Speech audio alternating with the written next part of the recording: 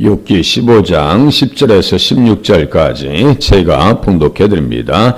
우리 중에는 머리가 흰 사람도 있고 연로한 사람도 있고 내 아버지보다 나이가 많은 사람도 있느니라. 하나님의 의로와 은밀하게 하시는 말씀이 네게 작은 것이냐? 어찌하여 내 마음에 불만스러워하며 내 눈을 번뜩거리며 내 영이 하나님께 분노를 터뜨리며 내 입을 놀리느냐? 사람이 어찌 깨끗하겠느냐? 여인에게서 난 자가 어찌 의롭겠느냐? 하나님은 거룩한 자들을 믿지 아니하시나니 하늘이라도 그가 보시기에 부정하거든 하물며 악을 저지기를 물 마심 같이 하는 가증하고 부패한 사람을 용납하시겠느냐? 아멘.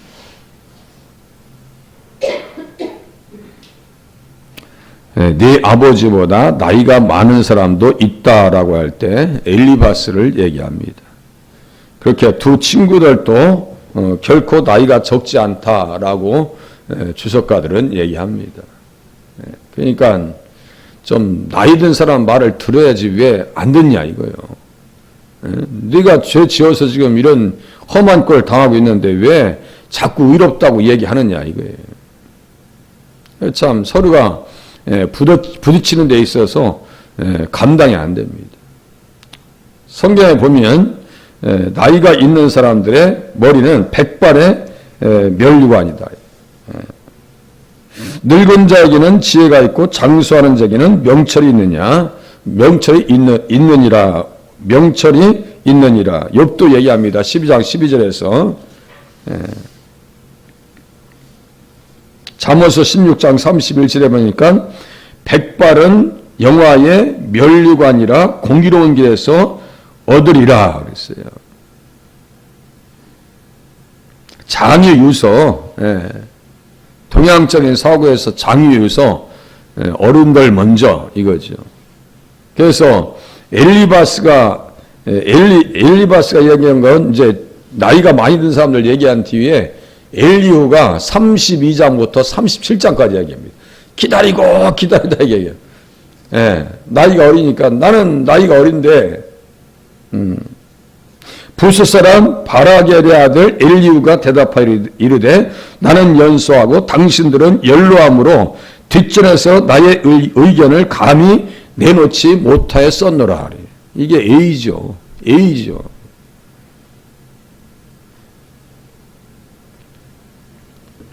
내기에도 다음과 같은 말씀이 있어요. 너는 샘머리 앞에서 일어나고 노인의 얼굴을 공경하며 네 하나님을 경외하라. 나는 여호와이니라. 그죠? 그건 맞는 얘기예요. 하나님을 경외하고 노인을 공경해야죠. 당연히 해야죠.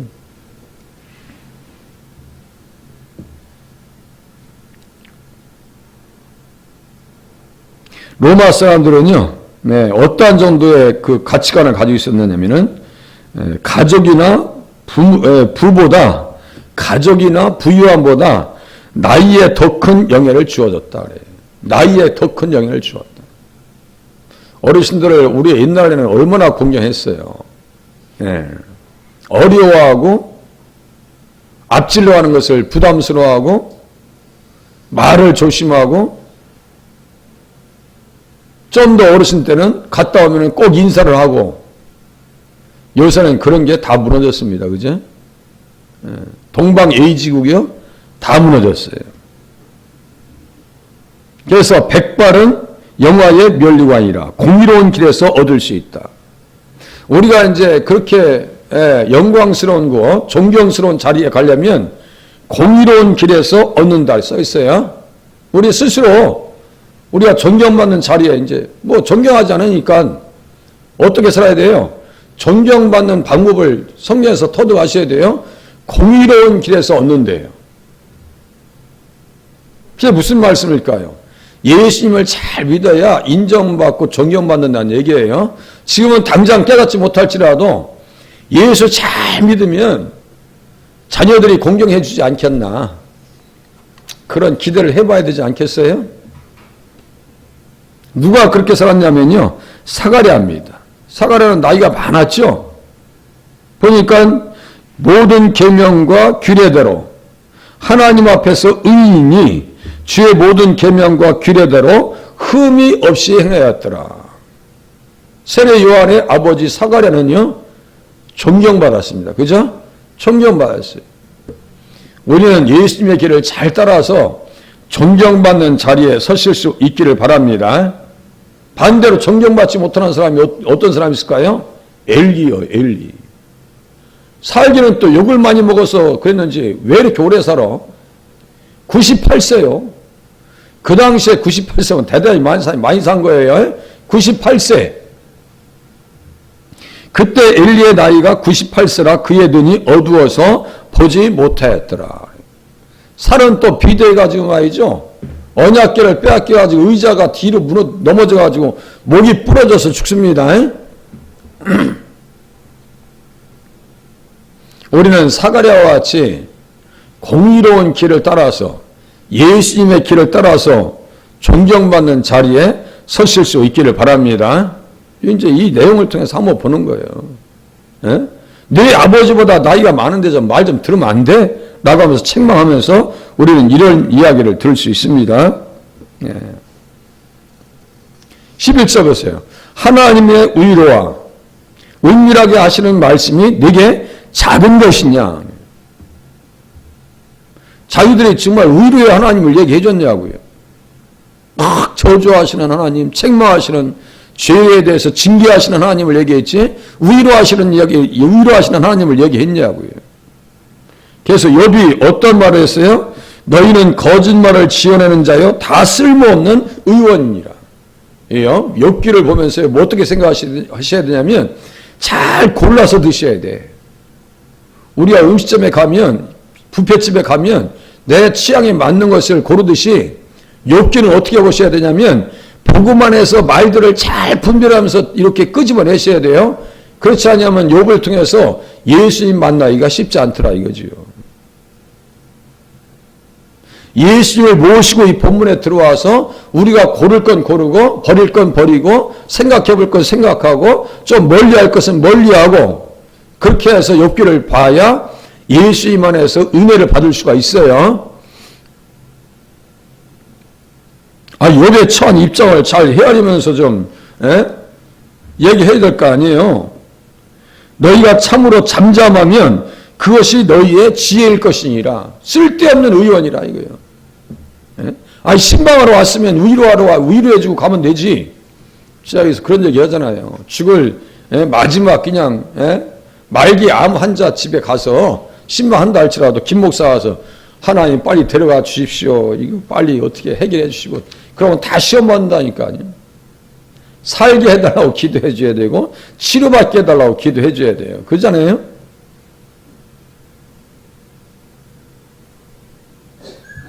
욥의 친구들이 그런 것을 하지 못합니다. 우리는 그래서 누구의 위로가 필요해요? 하나님의 위로가 필요하고요. 하나님의 자비와 긍휼이 필요합니다.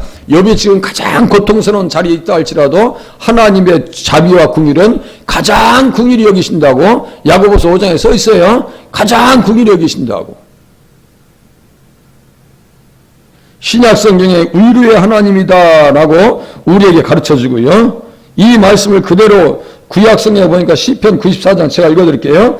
내 속에 근심이 많을 때 주의 의안이 내 영혼을 즐겁게 하시나이다. 내 속에 근심이 많을 때 주의 의안이 오늘 본문에 보니까 위로를 의안이다라고 번역했고요. 내 속에 근심이 많을 때 주의 의안이 내 영혼을 즐겁게 하시나이다. 우리는 어려울 때 고난 중에 있을 때 하나님의 위로의 말씀을 깨달으실 수 있기를 바라고요. 기억하실 수 있기를 바랍니다. 그래서 말씀에 대한 정보가 많이 있어야 돼요. 이 위로라고 하는 단어를 신약성경에 보니까요. 위로하시는 하나님, 도우시는 하나님, 변호자 되시는 하나님, 보혜사 되시는 하나님, 성령님의 속성입니다. 성령님은 어떤 분이에요? 우리를 위로하시는 분입니다. 성령의 충만을 받으면요. 우리는 어떤 사람이 될 수 있냐면 위로자가 될 수 있어요. 성령 충만, 말씀 충만, 은혜 충만, 예수 충만이에요. 욥은 성령이 충만했나요? 안 했나요? 충만했다고 하셔야지. 그러니까 욥기를 썼죠. 욥기를 누가 썼겠어요?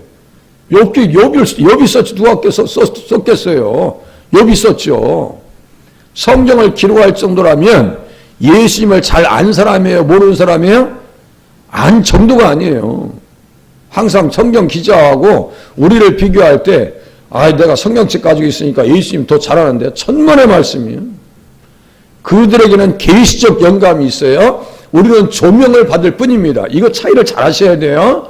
말씀에 대한 조명이 우리에게 있지 우리는 계시적 영감은 없어요. 계시는 성경을 통해서 완성됐어요.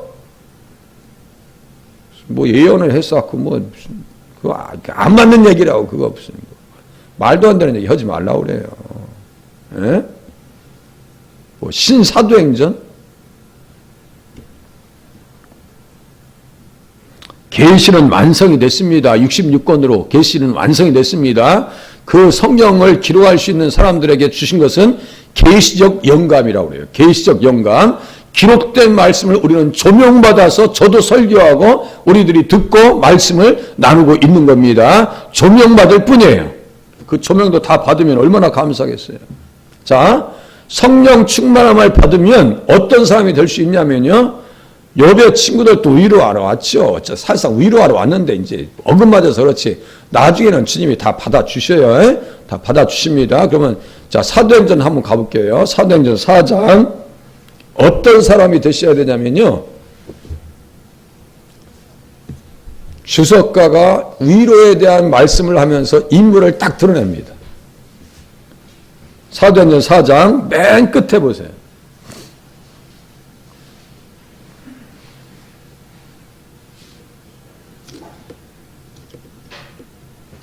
성도들은 서로 위로할 수 있고 또 그래야 합니다. 라고 하면서 본문을 주성합니다. 성도들은 서로 위로할 수 있어야 하고 또 그래야 합니다. 라고 쓰면서 복음의 사역자들은 위로의 아들인 바나바가 되어져야 합니다. 라고 가르쳐주고 있어요. 바나바가 되어져야 한대 우리가. 자 36절 37절 보세요. 그부로에서 난 레이족 사람이 있으니 이름은 요셉이라 사도들이 일컬어 바나바라 번역하면 위로의 아들이라 하니 그가 밭이 있음에 팔아 그 값을 가지고 사도들의 발 앞에 두니라. 돈 가지고 사도들이 시컨 쓰고 좋은 차 끌고 다니면서 좋은 음식 마시고 먹고 다녔나요? 그 돈 가지고 사도들이 그러지 않았습니다. 필요를 따라서 가난한 자들의 34절 보세요. 그 중에 가난한 사람이 없으니 이는 밭과 집 있는 자는 팔아 그 판값의 값을 가져다가 사도들의 발 앞에 두매 그들이 각 사람의 필요를 따라 나누어 줍니다. 사도들이 이걸 했습니다. 이걸 했어요.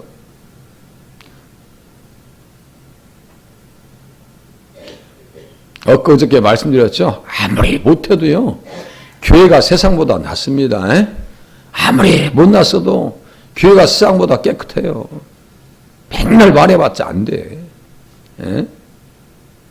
우리는 초대교회 이상을 바라보는데요. 거기에서 가장 큰 헌신자가 누구라고요? 바나바예요. 오늘 우리들은 바나바와 같은 사역자가 되실 수 있기를 바랍니다. 위로하는 사람이 되셔야 돼요. 다시 넘어가겠습니다. 욥기 15장으로. 욥의 현실을 보면 위로가 필요하거든요. 욥이 대답하이르되 나의 괴로움을 달아보며 이제 하나님의 의로와 은밀하게 하시는 말씀이 내게 작은 것이냐? 어찌하여 내 마음이 불만스러워하며 내 눈을 번뜩거리며 내 영이 하나님께 분노를 터뜨리며 내 입을 놀리느냐? 지금 뭐라고 있는 거예요? 마음, 눈, 영, 입. 이걸 가지고 막 하나님 앞에 대든다 이거야. 어른들 앞에 따진다 이거야 지금. 못돼 먹었다 이거 욥이. 욥의 입장이 돼보시라니까. 욥의 입장이 되셔봐야 한다니까. 대단한 얘기는 또 아니에요. 욥의 입장으로 생각해보면 욥은 어느 정도의 고통을 느끼고 있냐면요. 그 크기를 제가 읽어드릴게요. 다 본 거예요. 6장에 보니까요. 나의 괴로움을 달아보며 나의 파멸을 저울 위에 모두 놓을 수 있다면, 나의 괴로움과 나의 파멸을 저울 위에 놓을 수 있다면 바다의 모래보다도 무거울 것이며 그러므로 나의 말이 경솔하였구나. 바다의 모래보다 무겁대요. 욥의 입장으로 생각해 보자니까요. 말을 그렇게 한다고 막 혼내는데 욥의 입장으로 들어가면요, 욥은 지금 위로를 받아야 되는 거예요. 위로를 받아야 되는 거예요. 우리는요, 사람의 입장을 다 헤아리지 못하면서 함부로 말할 때가 가끔 있어요. 있습니다. 목회자도 그럴 수 있어요. 그런 상처에서 빨리 치료받으시고 하나님만 의지하셔서 하나님에게 위로를 받으실 수 있기를 바랍니다. 내가 어떤 일이 있어도 내가 하나님 앞에 위로받아야지. 사람에게는 위로가 없다는 사실을 또 우리가 인정하셔야 돼요. 얄팍한 사람의 위로를 받으려고 하지도 마세요. 하나님에게 위로를 받으셔야 돼요. 어떻게 내 입을 놀려 입만 살고 눈만 삼아가지 말이죠.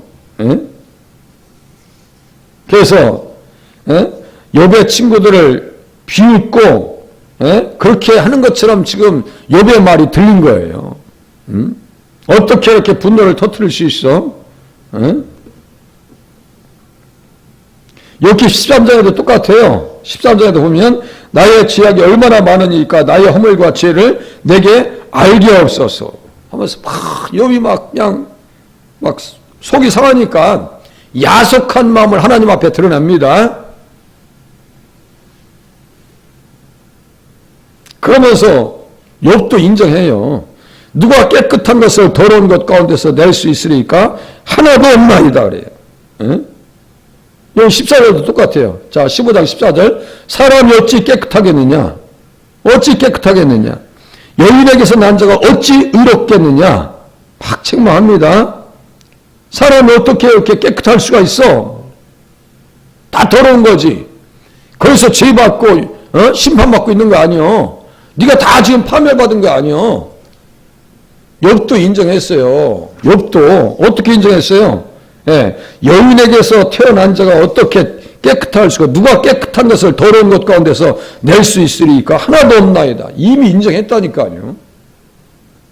인정했어요. 사람이 깨끗해지는 방법이요. 깨끗해지는 방법, 여인에게서 난 자가 의롭게 되어지는 방법은요, 예수 그리스도의 피를 힘입는 것 외에는 없습니다. 여기 흠이 없다는 용어를 쫓아가면요, 피가 등장합니다. 그러니까 본문에 항상 예수님을 초청해야 되는 거예요. 예수님을 모시고 이 말들을 분석하고 이해하고 상황을 해석하고 깨닫고 이렇게 하면서 우리가 복음을 여기에서 또 들을 수 있어야 돼요. 복음의 말씀을 들을 수 있어야 돼요. 이거 얼마나 쉬워요. 사람이 어찌 깨끗하겠느냐? 여인에게서 난 자가 어찌 의롭겠느냐? 의로운 사람 없죠. 그래서 무엇으로만 가능해요? 믿음으로, 예수의 피로만이 깨끗해질 수가 있습니다. 이것을 우리가 깨닫는 거예요. 15절 보세요. 하나님은 거룩한 자들을 믿지 아니하시나니 하늘이라도 그가 보시기에 부정하거든. 하늘이라도 그가 보시기에 부정하다. 탈금령에서는요, 15절의 말씀을 어떻게 의역하냐면요, 그들은 그분에게 대하여 어리석다고 비난을 받고, 높은 곳에 있는 천사들, 그들은 그분께 대하여 어리석다는 비난을 받고, 그분께 대하여 자신들의 불완전함을 의식하면서 그 날개로 얼굴을 가리고 그 안에서 매우 영광스러운 그분의 거룩함에 완전함을 찬양합니다 라고 번역해요. 탈금령에서도요, 천사들이 자기가 하나님의 영광스러운 영광 앞에 불완전함을 의식하면서 날개들로 얼굴을 가리면서 어떻게 한다고요?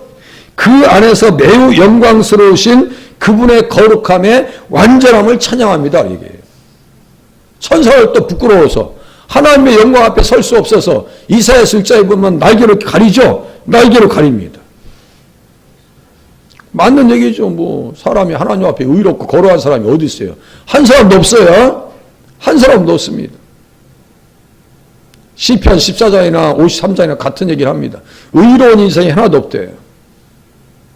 의로운 인생이 하나도 없대요. 16절 보세요.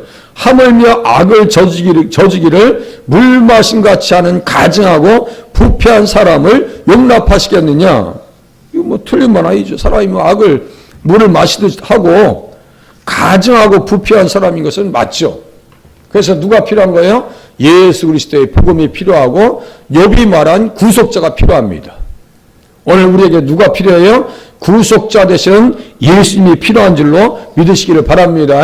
구속자 되신 예수님이 필요하다고요.